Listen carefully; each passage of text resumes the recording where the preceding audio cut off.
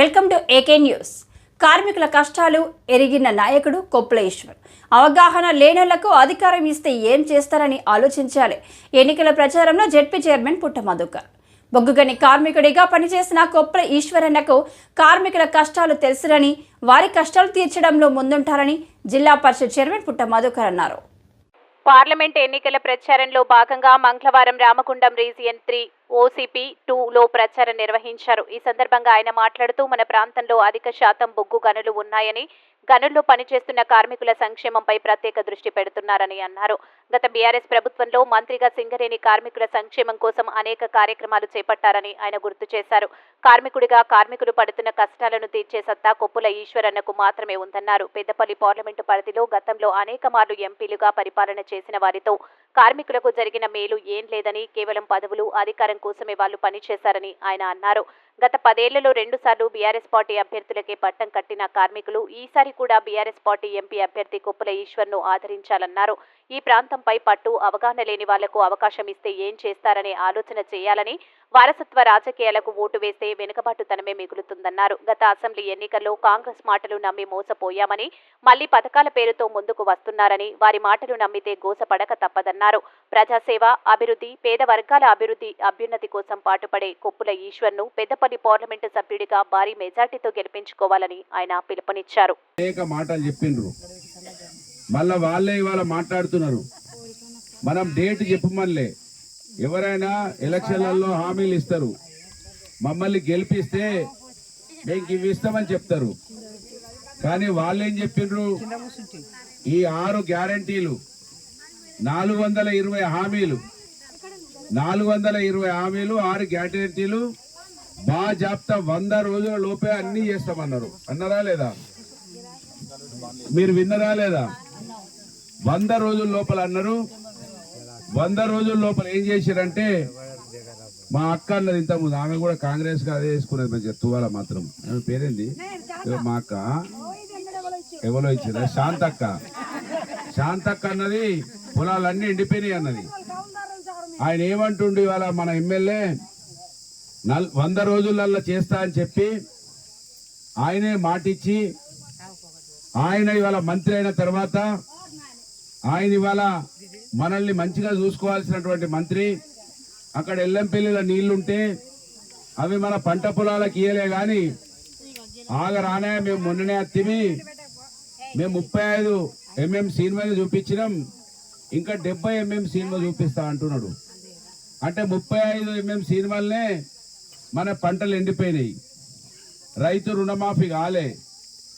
రైతులకు ఇచ్చేటువంటి 5,000 రూపాయలైనా 4 ఎకరాల వరకే వచ్చినాయి. ఇక్కడ 4 ఎకరాల వాళ్ళు ఎంతమంది ఉన్నారు, 5 ఎకరాలు ఎంతమంది ఉన్నారు నాకు తెలియదు. 5 ఎకరాల వాళ్ళు ఉన్నారా ఇక్కడ? ఎవరన్నా లేరా? తక్కువ మంది ఉన్నారు. 4 ఎకరాల వాళ్ళకి వచ్చినాయి, 5 ఎకరాల వాళ్ళకి రాలే. తర్వాత 2 లక్షల రుణమాఫీ కాలేదు. ఆ 2 లక్షల రుణమాఫీ కూడా 9వ తారీఖు నాడే చేస్తా అన్నాడు ముఖ్యమంత్రి గారు. ఇప్పుడు 4 వాయిదాలు పెట్టిండు.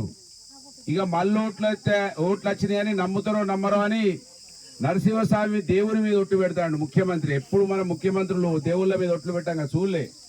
ఊర్లలో గ్రామ పంచాయతీకో ఎంపీటీసీకి ఎలక్షన్లకో గాళ్ళు పెడతారు.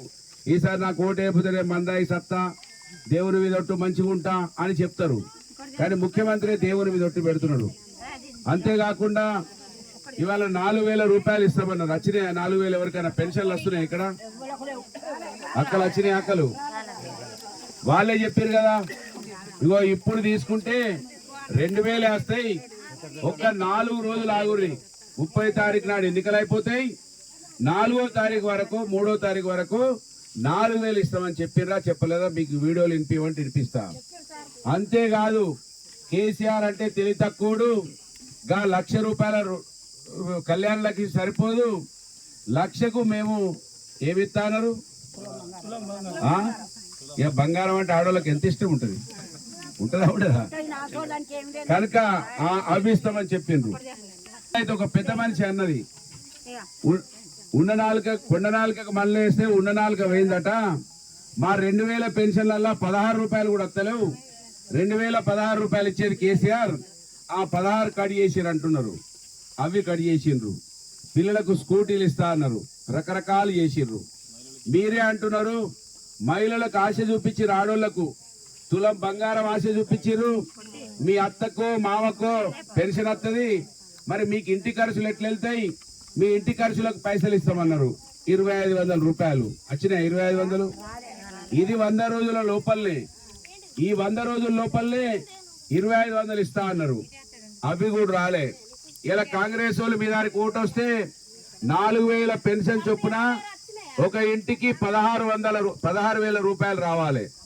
2500 చొప్పున 4 నెలలకు 10,000 రూపాయలు రావాలి. అవి ఇయ్యలేదు, ఎగ్గొట్టింది ఇప్పటి వరకే. మళ్ళీ ఇస్తారో ఇయ్యరో తెలియదు. ఆయన ఏమంటున్నాడు, నీళ్ళు ఇయ్యే చేత కాలేదు మంత్రి అయ్యి కానీ, గవి చేత కాలేదు కానీ మేము ఇంకా 35 mm సినిమాని అంటున్నాడు. 35 mm సినిమా అంటే వీళ్ళు అన్నారు బోనస్ అన్నారు. 500 బోనస్ ఇస్తా అన్నారా? ఇస్తారా లేదా? క్వింటల్కి 500. మన ఎమ్మెల్యే ఎట్లా ఆశ చూపించిండు?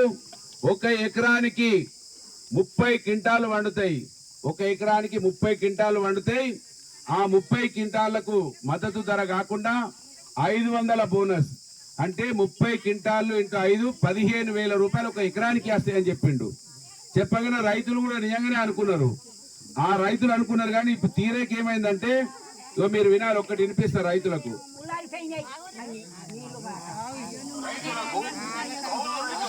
ఎకరానికి 15,000 సాయమే కాక వరి పంటకు 500 బోనస్ కూడా ఇస్తుంది కాంగ్రెస్.